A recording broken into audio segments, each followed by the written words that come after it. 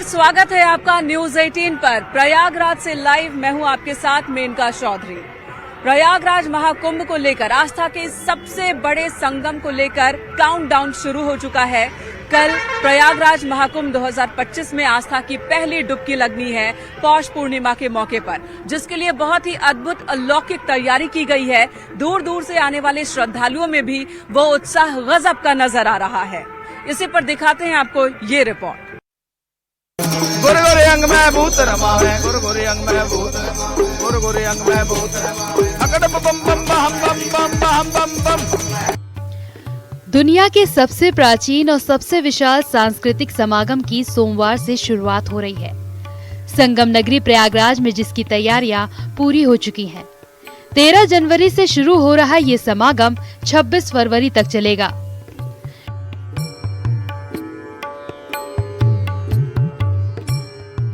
श्रद्धालुओं के साथ साथ कुंभ में लाखों की संख्या में साधु संत पहुंच चुके हैं। इस पावन अवसर पर देश दुनिया से आए करोड़ों श्रद्धालु संगम में डुबकी लगाएंगे। इतने बड़े और भव्य आयोजन को लेकर खुद सीएम योगी एक एक चीज की मॉनिटरिंग कर रहे हैं। कुंभ मेले में बाबाओं के अलग अलग रंग देखने को मिल रहे हैं। कोई पेशवाई में अपने अनूठे कर्तव्य से अभिभूत कर रहा है, तो कोई अपने अनूठे संकल्पों और प्रणों के कारण चर्चा में है। भारत की सनातन परंपराओं के इस जयघोष का सोमवार से आगाज हो रहा है।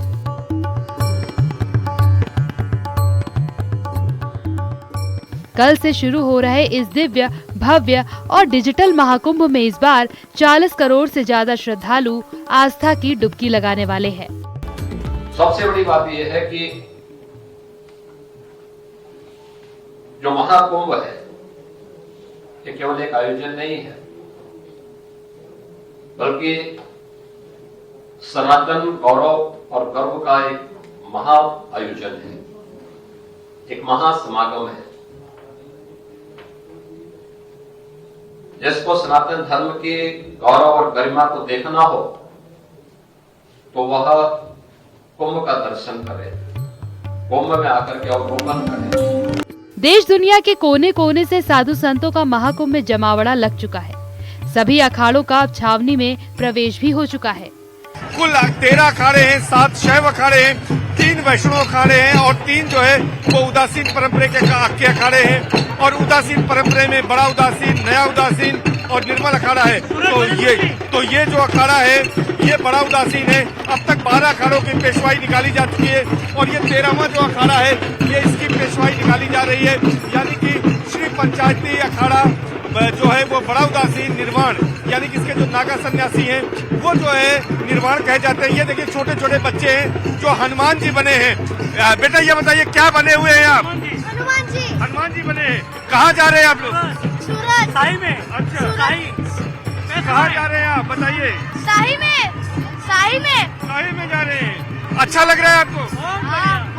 क्या बने हुए हैं? हनुमान जी बने हुए। हनुमान जी क्या करते थे? राम की सेवा तो आप भी राम की सेवा करेंगे? हाँ करेंगे, राम की सेवा करेंगे। अखाड़ा परिषद के शिविरों में और मंदिरों में पूजा पाठ शुरू हो चुकी है। महाकुंभ 2025 में हर जगह अलग तस्वीर देखने को मिल रही है। एक ऐसी भी तस्वीर यहाँ जूना अखाड़ा में देखने को मिल रही है, जहाँ साधु महंत ने आज से इस यज्ञ की शुरुआत की और उसके साथ ही शुरुआत के साथ साथ देखे कैसे झूम के ये भक्त इस हवन की शुरुआत से पहले पूरा अपना का, यहाँ तक कि देखा जा सकता है कि इनका जोश कहीं से कम होता नहीं दिख रहा है। बात करना चाहेंगे संगम जोगी शिवड़ा सन्यासी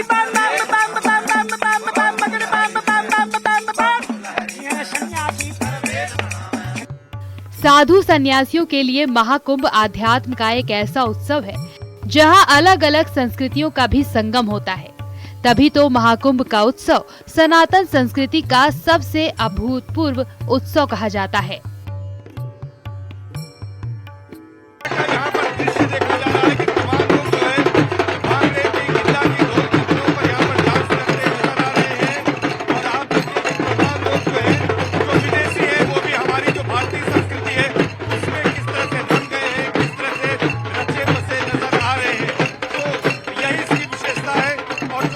पेशवाई निकाली जा रही है उदासीन अखाड़े की। आए लोग डांडिया करते हुए नजर आ रहे हैं, पंजाब से आए हुए लोग यहाँ पर भांगड़ा कर रहे हैं। तो हर संस्कृति का यहाँ पर मेल दिख रहा है। जो भारतीय पुरातन संस्कृति है वो भी यहाँ पर देखने को मिल रही है। कुल 13 अखाड़े हैं, 7 शैव अखाड़े हैं। महाकुंभ का उत्सव सनातन संस्कृति का ऐसा उत्सव है जहां ज्ञान की गंगा भी निकलती है। इसका साक्षी बनने के लिए लोग अनायास ही खींचे चले आते हैं।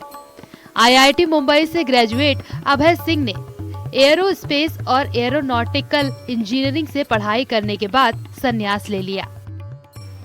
बहुत अच्छे तरीके से आप बात कर रहे हैं, हमें लग रहा है कि आप पढ़े लिखे बहुत हैं। हाँ, IIT मुंबई से पढ़ा हुआ ना जी। IIT मुंबई से एरोस्पेस इंजीनियरिंग किया ना मैंने। IIT मुंबई से? हाँ। Aerospace engineering? हाँ। तो इस अवस्था में कैसे प्राप्त हुए? यह अवस्था तो सबसे बेस्ट अवस्था है। ज्ञान के पीछे चलते जाओ, कहाँ जाओगे? यहीं पे आओगे। रहने वाले कहाँ के थे आप? हरियाणा, मतलब जन्म स्थान हरियाणा है, रही तो बहुत जगह पे है। जैसे मुंबई में भी IIT मुंबई में थे, 4 साल वहाँ पे पढ़ाई की, फिर वहाँ से MDes किया, फिर मैं फोटोग्राफी इन सब में चला गया, आर्ट्स में, इंजीनियरिंग से, 3 इडियट्स की तरह। अच्छा, तो जब आपने एरोस्पेस इंजीनियरिंग में पढ़ाई की उसके बाद कहीं नौकरी भी किया? कोचिंग में पढ़ाया ना मैंने, फिजिक्स पढ़ाया 1 साल। वैसे तो महाकुंभ कल से शुरू हो रहा है, लेकिन संगम नगरी में श्रद्धालुओं का तांता अभी से शुरू हो गया है। महाकुंभ में यूपी, बिहार, मध्य प्रदेश, पंजाब और गुजरात के साथ ही देश के अलग अलग राज्यों से बड़ी संख्या में श्रद्धालु पहुंच रहे हैं। आज से ही लोग स्नान घाटों पर स्नान कर रहे हैं। महाकुंभ मेले में आए लोग अब पौष पूर्णिमा और मकर संक्रांति के स्नान के बाद ही अपने घरों को वापस लौटेंगे।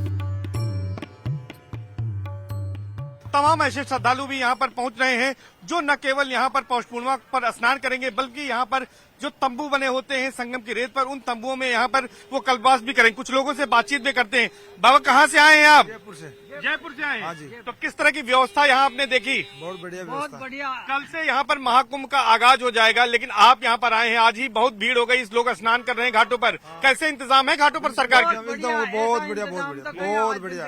144 वर्षों के बाद ये क्षण आया है, इस तरह का मुहूर्त आया, आप इस पुण्य के भागी बने, कैसा लग रहा है? बहुत बढ़िया आनंद आ गया। बहुत बढ़िया आनंद आ गया। कुंभ में आए तो ऐसे लगा कि जैसे कोई हम तो स्वर्ग में आ गए। माता जी, आप आई हैं, क्या कामना गंगा मैया से की है आज? क्या कामना की? भगवान की भक्ति मिलनी चाहिए। भक्ति मिलनी चाहिए, भगवान भक्ति मिलनी चाहिए। क्या कामना कर रही हैं? आपने भी नहा लिया, स्नान कर लिया? हाँ जी, स्नान कर लिया और योगी जी ने बहुत अच्छी व्यवस्था करी है। बहुत अच्छा लग रहा है। मैं यहाँ के हम सब हैप्पी है और मैं आगे के सबको ये कामना करूंगी, सब यहाँ आए, अच्छे से नहाए धोए और जाए। जाहिर है अद्भुत और अलौकिक तैयारियों के बीच बस इंतजार है कल से महाकुंभ के आरंभ का, जब दुनिया भर से आए साधु सन्यासी आस्था के संगम में डुबकी लगाएंगे। Bureau report, news 18। गोरे गोरे अंग में भूत रमा है, गोरे गोरे अंग में भूत रमा, गोरे गोरे अंग में भूत रमा, अकड़ बम बम बम बम बम बम बम। और अब बात करते हैं प्रयागराज की धरा पर लगने वाले सनातन के सबसे बड़े उत्सव के इतिहास की।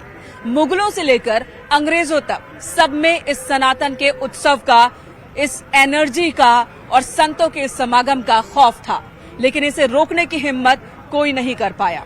आखिर महाकुंभ और कुंभ का इतिहास क्या है, शुरुआत कैसे हुई, आपको बताते हैं इस रिपोर्ट में।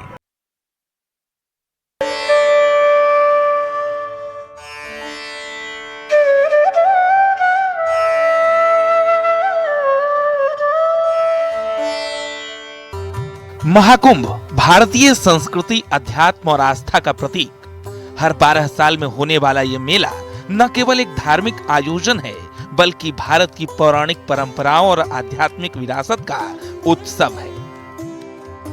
प्रयागराज, जहां 3 नदियां गंगा, यमुना और अदृश्य सरस्वती का संगम है, इस दिव्य आयोजन का केंद्र होता है। हर 12 साल में प्रयागराज में संगम के किनारे महाकुंभ होता है। महाकुंभ का इतिहास और इसका धार्मिक महत्व इसे दुनिया का सबसे बड़ा और सबसे खास उत्सव बनाता है। देवों की पवित्र भूमि प्रयागराज, जहां मान्यता है कि जीवन मृत्यु के चक्र से मुक्ति का मार्ग प्राप्त होता है। मान्यता है कि प्रयागराज में गंगा, यमुना और सरस्वती की त्रिवेणी संगम में स्नान करने से पुण्यों की प्राप्ति होती है और पापों का प्रायश्चित। महाकुंभ सिर्फ पाप से प्रायश्चित का अवसर ही नहीं है, बल्कि आत्मा की शुद्धि और मोक्ष प्राप्ति का मार्ग भी है। दरअसल कुंभ का असल अर्थ होता है कलश यानी घड़ा, और कुंभ स्नान की कहानी भी एक अमृत के घड़े से जुड़ी है।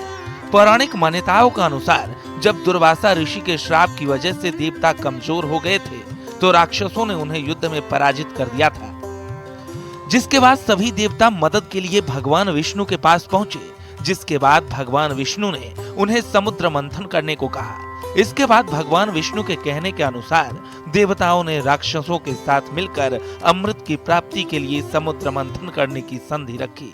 राक्षसों ने अमृत के लालच में देवताओं की संधि मान ली, जिसके बाद समुद्र मंथन शुरू हुआ। समुद्र मंथन के बाद एक एक कर कई रत्न निकले, लेकिन जब अमृत कलश प्रकट हुआ तब देवता और राक्षस दोनों उसे पाने के लिए लालायित उठे, लेकिन भगवान इंद्र के इशारे पर उनके बेटे जयंत अमृत कलश लेकर भाग निकले, जिसके बाद राक्षसों के गुरु शुक्राचार्य ने उन्हें आदेश दिया कि वो जयंत को पकड़ें और अमृत कलश छीन लें।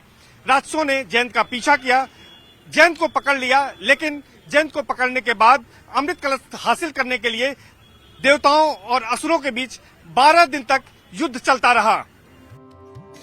इसी युद्ध के दौरान अमृत कलश से अमृत की कुछ बूंदें पृथ्वीलोक की 4 जगहों पर जा गिरी। कहते हैं अमृत की पहली बूंद प्रयाग में, दूसरी हरिद्वार में, तीसरी उज्जैन में और चौथी नासिक में जा गिरी।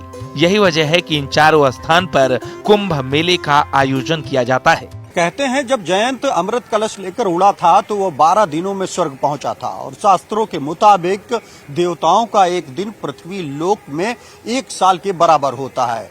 इसीलिए उस घटना के संदर्भ में महाकुंभ हर 12 साल के अंतराल पर होता है।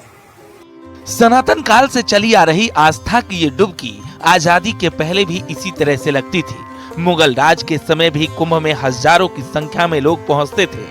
ऐसा कई बार हुआ जब मुगल शासकों को इससे भय हुआ कि इस कुंभ की भारी भीड़ से विरोध के स्वर फूट सकते हैं। ऐसे में कई बार कुंभ पर सख्तियां करने की कोशिशें हुई। सनातन काल से चलती आ रही आस्था की डुबकी आजादी के पहले भी इसी तरह से लगा करती थी। मुगल राज के समय में भी कुंभ में हजारों की संख्या में लोग पहुंचते थे। ऐसा कई बार हुआ कि कुंभ की भारी भीड़ के विरोध के स्वर फूट सकते हैं, ऐसा भय मुगल शासकों को भी हुआ। ऐसे में कई बार कुंभ पर सख्तियां करने की कोशिशें भी हुई। जब अंग्रेजों का समय आया तो भी ये डर बना रहा। अंग्रेजों को भी हमेशा लगता रहा कि कुंभ से उसकी हुकूमत खतरे में पड़ सकती है, लिहाजा उन्होंने भी इसे रोकने के लिए कई कोशिशें की। कभी ट्रेन की मनाही की तो कभी और कुछ सख्तियां, लेकिन आस्था का ये सैलाब रुका नहीं। जब अंग्रेजों का समय आया तब भी डर बना रहा। अंग्रेजों को ये डर सता रहा था कहीं ऐसा ना हो कि उनके खिलाफ कोई षड्यंत्र चल रहा है और उनकी हुकूमत कहीं खतरे में तो नहीं पड़ जाएगी। और तो उन्होंने हर वो जतन किया जिससे लोग वहां न पहुंच सकें। ट्रेनों पर अंकुश लगाने से लेके तमाम ऐसी चीजें की गई जिससे भक्त न पहुंच सके, मगर सैलाब किसी के रोकने से रुका नहीं। गंगा स्नान को लेकर अंग्रेजों की इस नफरत को देखते हुए महात्मा गांधी ने 1918 में प्रयागराज में संगम स्नान किया था। हालांकि इस बात से भी इनकार नहीं किया जा सकता है कि कुंभ से कई बार बदलाव की मांग भी उठी है। Bureau report, news 18। आजादी के बाद भी सनातन आस्था की डुबकी लगती रही। तमाम तारीखें, तमाम सरकारें इसकी गवाह बनी। क्या आपको पता है कि आजाद भारत में पहली बार महाकुंभ कहां हुआ था? क्या आपको पता है कि आस्था की ये डुबकी खुली फिजाओं में पहली बार कब लगी थी? इस रिपोर्ट में आपको दिखाते हैं।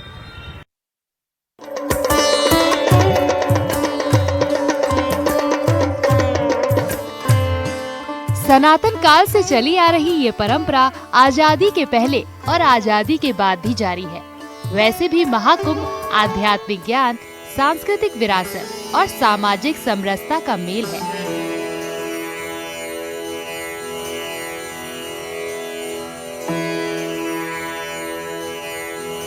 लोग आध्यात्मिक ज्ञान और मानसिक शांति के लिए भी कुंभ में आते हैं। आजाद भारत में पहले कुंभ की बात करें तो इसका गवाह बनी थी तीर्थ राजनगरी प्रयागराज।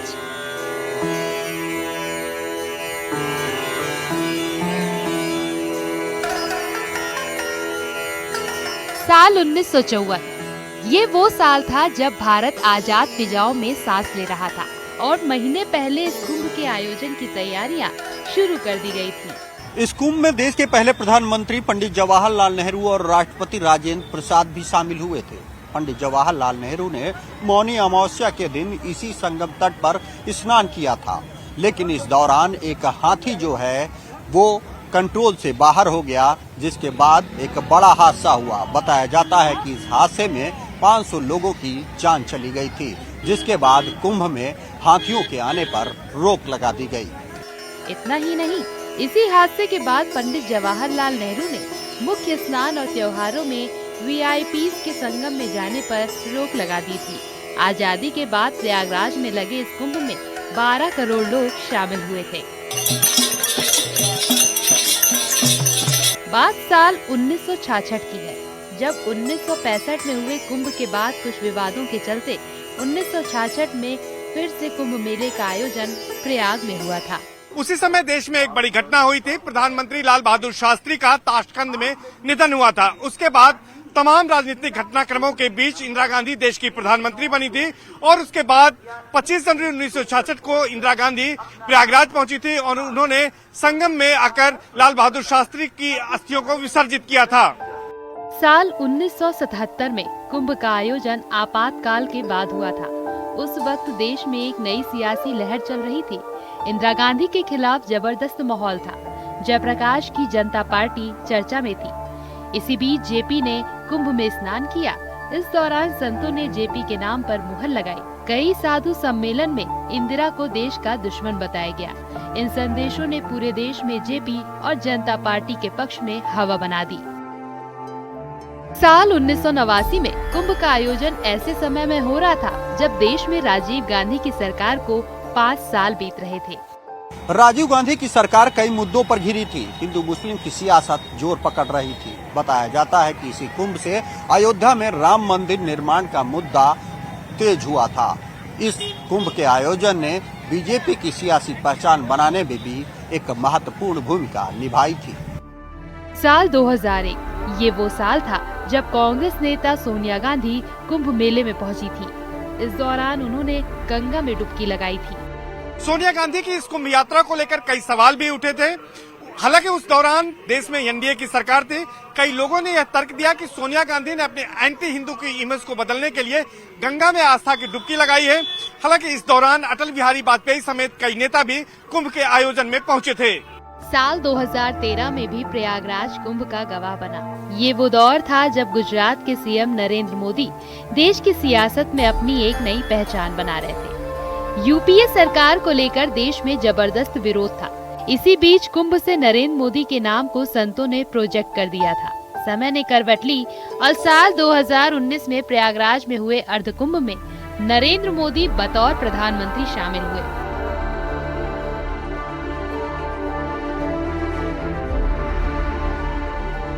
फिलहाल अब एक बार फिर प्रयागराज में महाकुंभ का आयोजन हो रहा है, जहां बेजोड़ और रिकॉर्ड तोड़ तैयारियां हैं। पीएम मोदी और सीएम योगी लोगों से इस आयोजन में शामिल होने की अपील कर रहे हैं।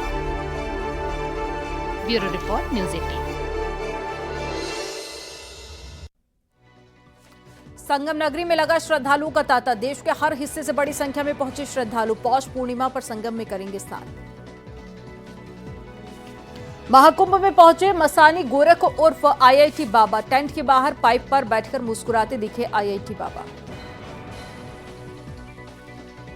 महाकुंभ में कानपुर के करौली सरकार ने लगाया कैंप। विश्व शांति के लिए कर रहे हवन। पूरे महाकुंभ के दौरान चलेगा यज्ञ।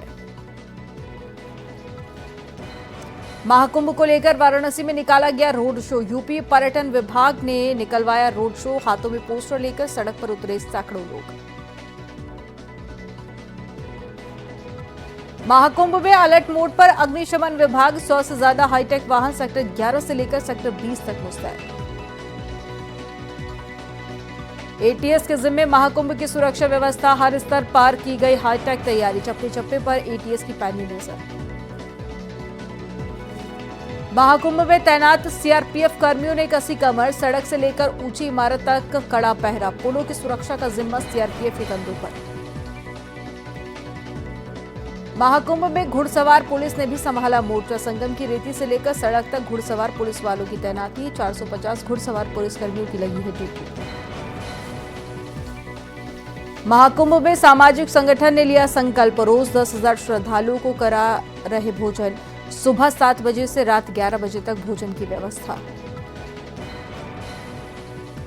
झांसी में महाकुंभ को लेकर परिवहन निगम की खास तैयारी। क्षेत्रीय कार्यशाला के साथ साथ 150 रोडवेज बसों को भगवा रंग में रंगाया। हमारे इस खास बुलेटिन में फिलहाल इतना ही। न्यूज 18 पर महाकुंभ की महा कवरेज लगातार जारी है, तो आप देखते रहिए न्यूज 18 उत्तर प्रदेश उत्तराखंड।